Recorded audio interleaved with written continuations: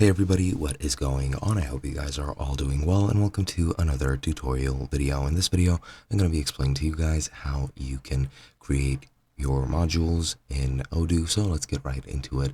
I'll be using this Odoo documentation here simply to make my life easier because I don't have the required things to actually create any modules. So I do hope you guys can understand that this is the easier, way for me, and it's way more practical and I can explain it much better. So let's get right into it.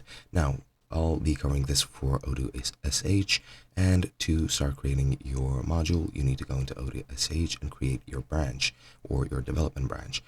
In Odoo, click plus next to the development stage, click on the fork and select master, and in the to field, write in feature-1, and then that should be it. Once the build is created, you can access the editor over here and access the folder source user to access the code of your branch. Now, other than that, you can also clone your repository on your computer if you want to.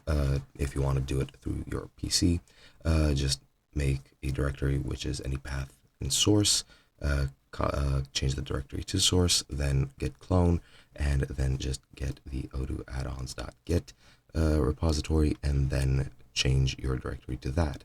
You can also create a new branch by doing git checkout b feature1 master, and that should be it. Now, to actually create the module structure, you can create a scaffolding to make your life easier, and you can do that by either this command if you're in the Odoo SH editor, or if you're on your computer, you can use pretty much the same structure, same command.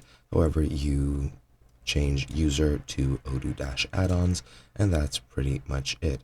Now this will generate this structure right here, which you can then freely edit to create your module. You can also create your module structure manually, however you do need to follow the server framework. And yeah, once you're done with that, you can push the development branch using git to the git repository, and that is pretty much it.